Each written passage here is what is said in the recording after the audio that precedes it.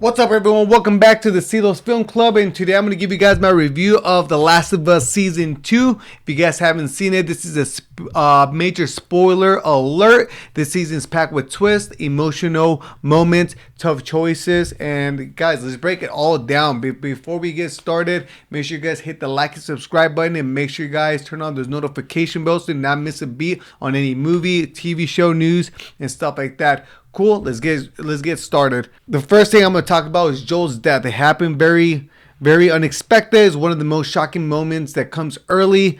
I think it was done perfectly. It was unexpectedly brutal, and it set the tone for the rest of the season. It immediately showed us that no one is safe and raised emotional stakes right out the gate. I've never played the video games and stuff like that, so this is my review going based off just watching the show.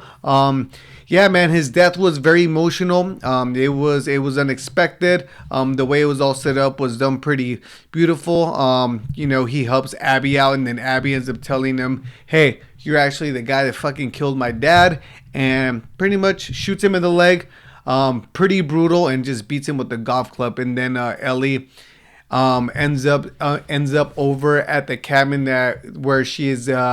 where Joel is at, and pretty much watches him die right in front of her eyes. I think that's how it happens in the video game. I'm not 100% sure, but I thought it was done perfectly. I had my girlfriend sobbing on the side next to me, and it had me pretty emotional. And it happened early on, guys. And then let's talk about the new character, Abby. Then we shift to the perspective of her journey. Her journey is a bit controversial, but I think it's justified. Joel killed her father without any warning or cause, okay? Her pain is real. Seeing things from her side kind of humanizes what could have easily been one-dimensional antagonist. I think I would have done the same thing. If someone killed my dad, I think I would go back and hunt him down too. And also, it humanizes her a lot. It's not just a one-dimensional antagonist. Her arc gives depth to the revenge theme, and that drives the entire story. It pretty much the entire story of The Last of Us. It feels like it's a revenge story for some characters and stuff like that. We're also get introduced to the WLF and the Seraphites. Let's jump into that, and we'll get into a little bit of Ellie and Dina's relationship, and also how that evolves in the pregnancy. We'll also dive into the larger world, the war between the WLF and the Seraphite, that adds another layer of chaos and brutality. Meanwhile, Ellie and Dina's relationship evolves, and the added complication of Dina's pregnancy brings emotional stakes to their journey that goes beyond survival.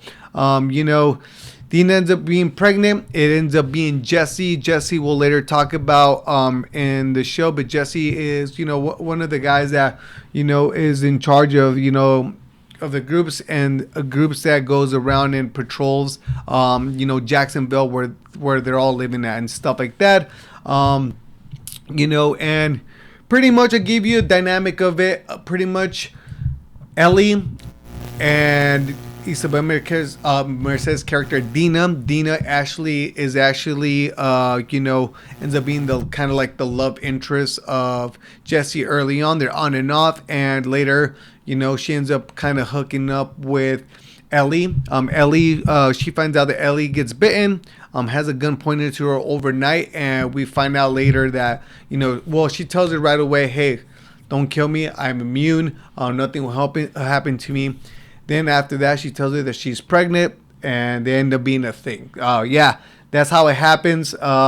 She pretty much stays overnight to make sure she doesn't turn into a zombie, and puts a gun down, tells her she's pregnant. And I won't go too deep into that whole scenario, what happens and how they hook up and stuff like that, but ends up being kind of like a meme and stuff, of her, saying that I'm gonna be a dad and stuff like that. So that happens. Also, I'm gonna talk about Ellie's dark turn.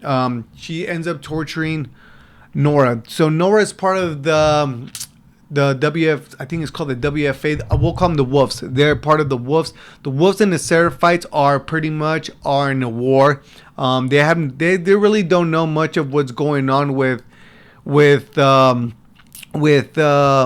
Abby and Ellie, I don't think they have any idea, because later you find out that the group that there's like five of them, the wolves that killed Joel, are kind of missing. They're all pretty much going missing, but there's a new character of Jeffrey Wright's. It's called Isaac. He pretty much was a Fedra turned into a wolf, and there's a major turning point where Ellie tortures one of the five wolves. And yeah, it's a turning point. It's a major dark turning point. She pretty much Ellie tortures Nora for information to figure out where Abby's at. It's a dark, gut wrenching scene that shows how far Ellie's willing to go. This moment signals for deep descent into vengeance. It's hard to watch because it feels so personal and raw. I really like the aspect when she turns on this I think it's like a latch to the door, and the lights turn red, and everything's just red, and tortures her and stuff like that.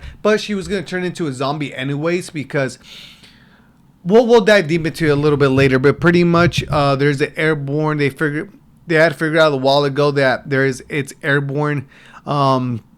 That they figured out that the infection is going airborne, and they keep it contained inside a building on the third floor under basement. So the third floor is going down. They contain the airborne. That scene when she shows up and pretty much follows I think Nora to torture to figure out where Abby's at. The whole time when you're going in there, you've seen everything in the air. It's pretty cool. It's pretty well shot. Cinematically, it looks stunning.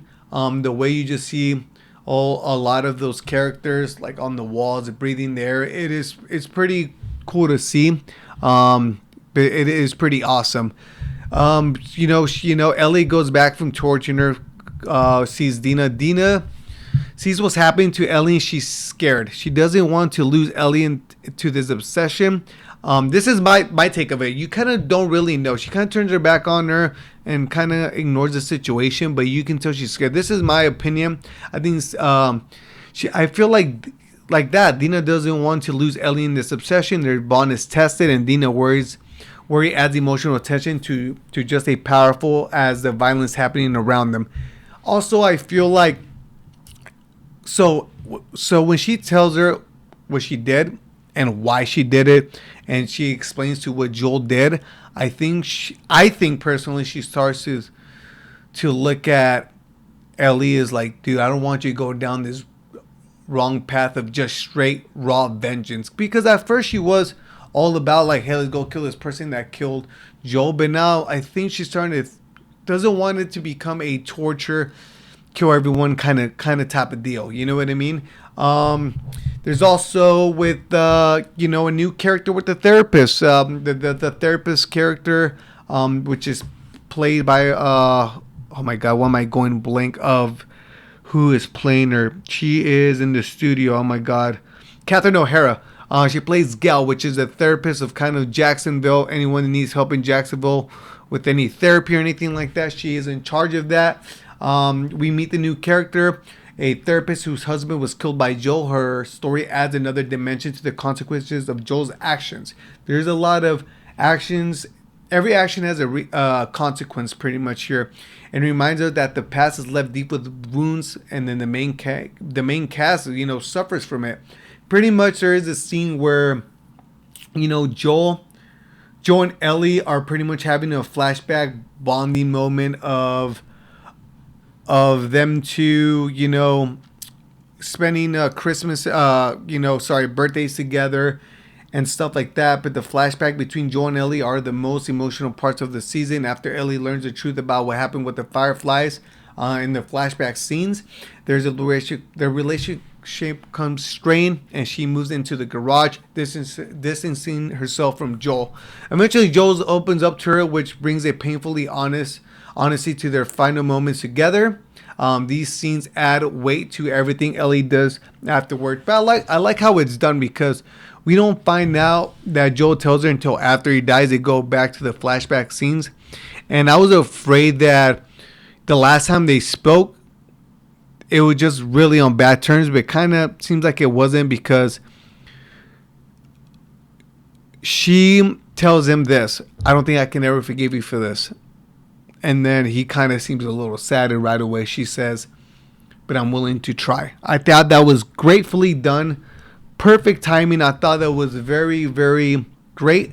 Also, before that, when you have those flashback scenes of them having you know, him doing little stuff for their birthdays and stuff like that, he ends up having a moment where I think they come across someone that is infected, and that person is the therapist, Gail's husband, and he becomes infected. He's like, "I got about an hour. By the time I get over to where we're at, uh, you know, I still have an extra 30 minutes. I just want to see my wife before I die." And he's like, "No, I'm not taking the risk. I can't take you infected back there. It's just a risk." But then Ellie's like, "No, dude, let's do it. Like, come on. He just wants to see his wife, Joel. Come on." And I think that moment, it's hard to tell because you don't want to risk anyone else at the end of the day. So he promises Ellie that he's gonna take him to see his wife, and they're just gonna meet over there. They end up going different. They're gonna meet somewhere before, and then after that, they're just gonna go straight over there. And he shoots him in the head, shoots the guy in the head. It's a very powerful moment where he pretty much tells him to takes him to a view, shoots him in the head, doesn't want to risk it. But then Ellie sees this whole thing happen and is just feels like she's lied to pretty much. And when they show back into the town, Gail is crying for the husband. He tells her he got bit, which is true, but kind of lies to her and just tells her that he got shot. Pretty much said that he died peacefully, he wanted to get shot and stuff like that. And Ellie right away doesn't back him up, tells him that is a complete lie.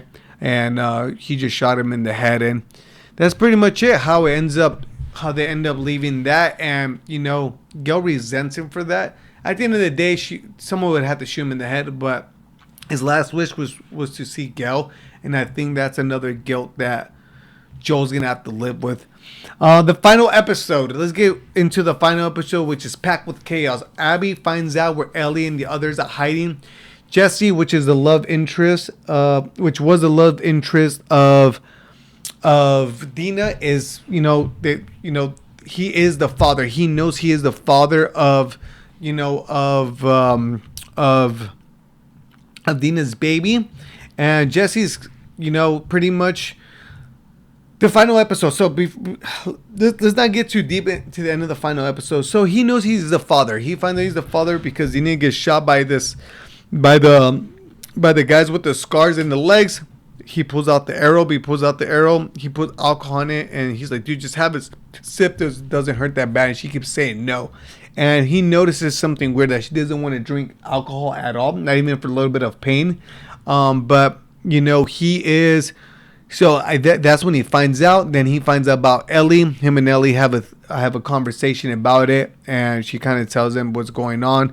And that's how he finds out. And then they end up going back into where Dina's at. And all right, guys, so let's talk about the scene as well as where Ellie is going to she's pretty much she comes in with two wolves that were in the cabin when Joel died. One of them is one of the girls that is more of the quieter side of the group, and one is one of the other guys. She pretty much asks us to point out where's Abby, and point them out on the map, to each one point them at different times and make sure it matches. And if it does match, she says she'll let them live. But he grabs a gun. She ends up shooting the guy right in the chest, and then it kind of ricochets. It goes through and it kills, and it shoots the girl in the neck. Then we find out that she has a big belly and she is pregnant. And then Ellie just becomes very, very emotional, very sad. Of course, it's not what she meant to do. She did not know she was pregnant, but it does happen.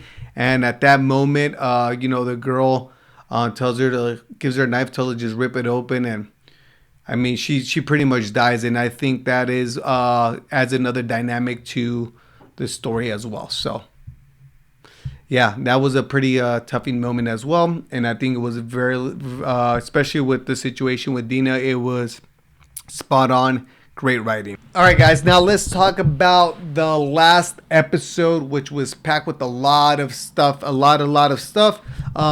know that Jesse is the father of the of Dina's Dina's baby. But we find that out, and then so pretty much their whole. So they're trying to figure out what Tommy's at, because Tommy was following Jesse all along. Jesse actually ends up saving Dina and Ellie, but Tommy was also looking for them. So they're trying to find him, and then they're starting to go. They leave Dina in a specific spot. I think it's at a theater, and Jesse and Ellie, their plan is to go get Tommy, but Ellie, in the back of her head, is saying that she wants to. Well, she's told him that she wants to go get Tommy, but in the back of her head, I think she's still out for vengeance. And it's clear because once they get to a point where they have an idea where Tommy's at, Jesse's like, "Let's go get Tommy." Ellie's like, "Well, we're not 100% sure he's there, but we know Abby's over here, the one that killed, Joel." And that's when Jesse pretty much gives her a talk. Stop being selfish. Not everything is about you. We're all in here in this situation because of you. And look, man, my kid is in danger because of you at this point. And I have a kid now. Whether they're gonna be a thing, which they're not, Jesse and Dina. She put them in this situation, and Jesse's telling her, like, dude, let's not be selfish. I'm not selfish. Then he tells them a whole story about how he met a girl but did not leave with that girl because he was committed to Jacksonville, because he is not selfish.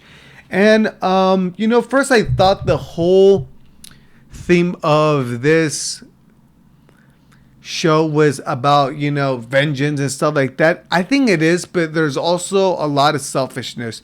I think the thing about the main theme about the show is selfishness. I think a lot of people, everyone needs to be a little bit less selfish about things and not think about just ourselves, but everyone else, how our actions, affect other people.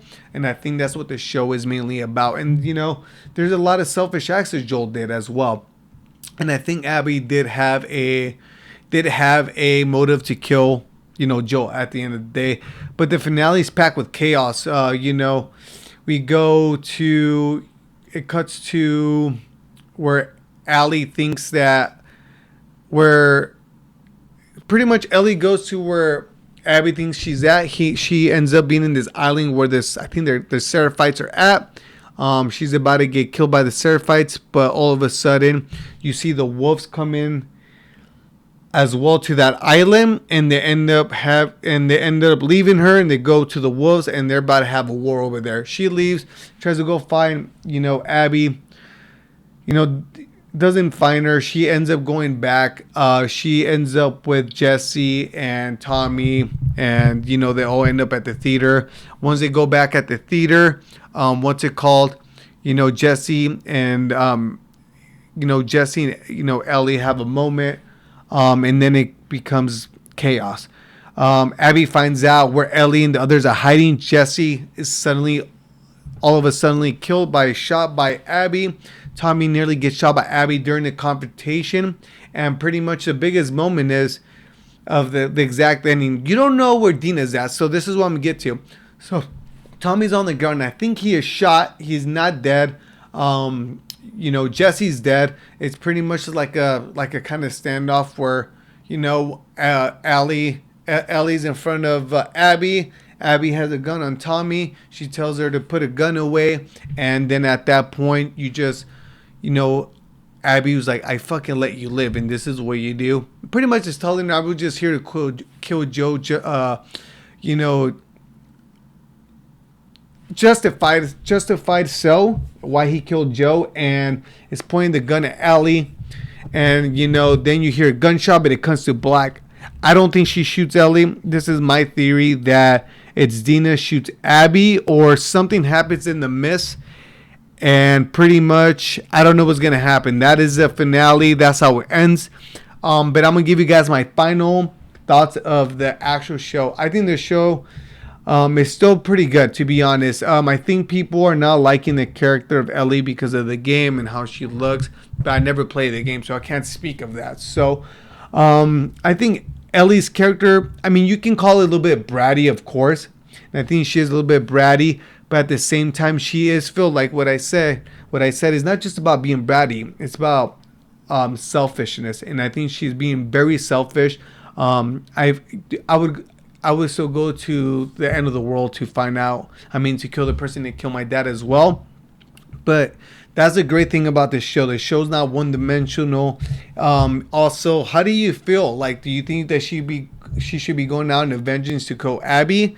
But it's hard to tell because Joel was technically not just completely wrong, but he would do it again. And I also thought that Dina was gonna tell Ellie that, about the whole situation, that she would have done the same thing.